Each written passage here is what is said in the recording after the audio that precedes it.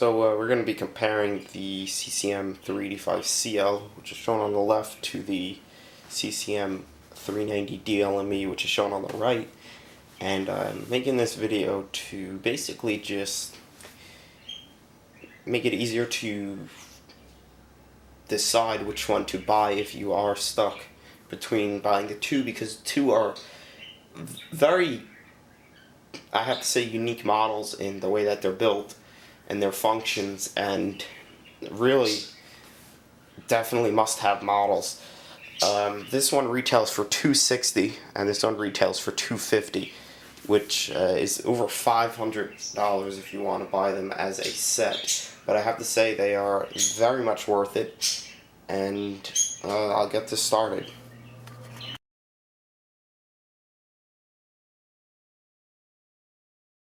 First thing that I want to get through is the functions. The functions are pretty much very simple. The boom raises on this one, and it raises on the 390. Do keep in mind though, I did modify my 390 because without the modification to it, the boom only raises to around right there, which really isn't a lot, so I suggest that you do the modification to it. The sticks on both are pulled in as much as possible, and if we curl them out as much as possible, that 390 comes out to there, and the 385 comes out to there. The bucket curl on them, and I'm going to make it so that the sticks are straight. The bucket curl puts them just about as far back as that. You can modify this to make it go back further, and they curl in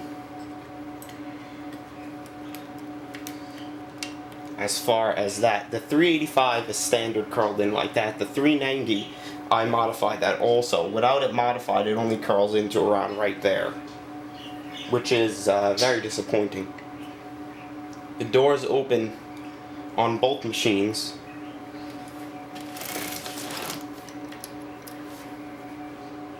That's the cab doors.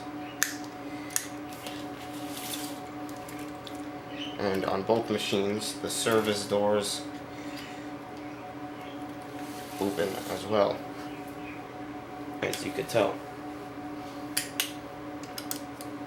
Both machines spin at 360. They crawl very easily, and the maximum digging depth of both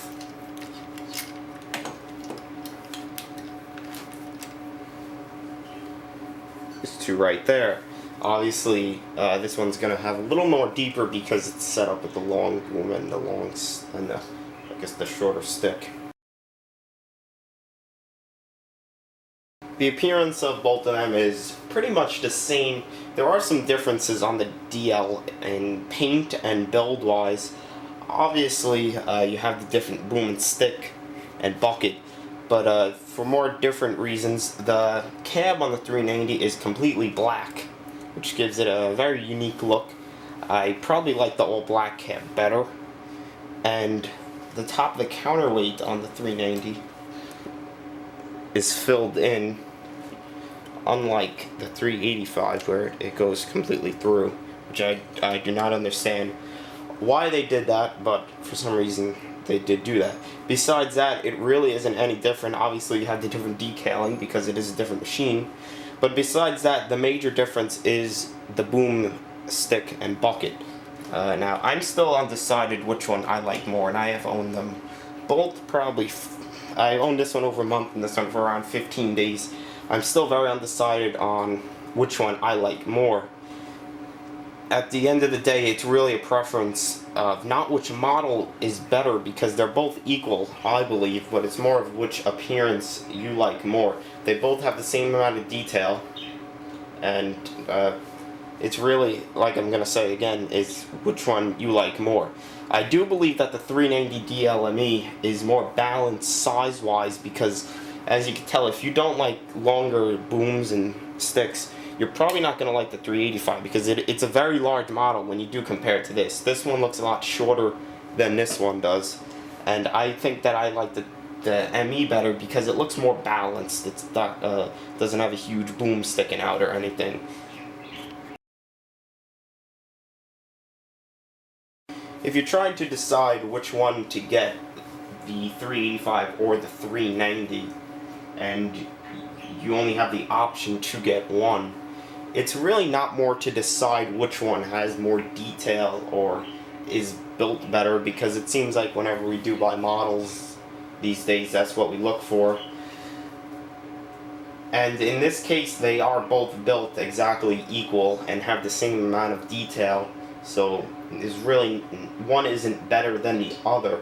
But I believe when someone asks someone else which one they like more, they're gonna say which one appears to them more.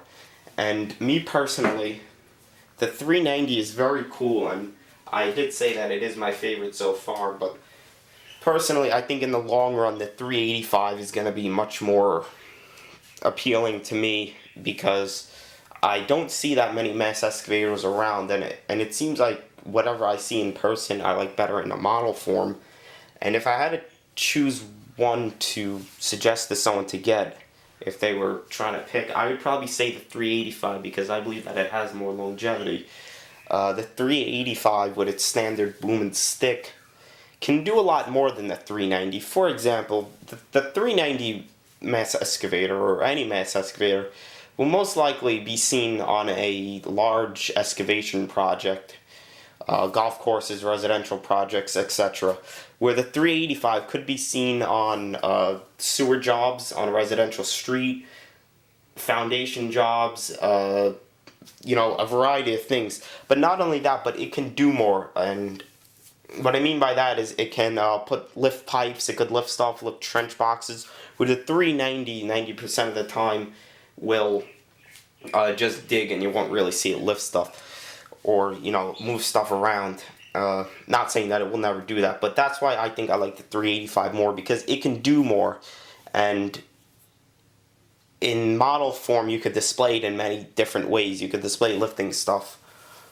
For example, not that you can't do that with the 390, but the 390 is very limited with lifting stuff because of the short boom and stick. And that's really it for the video.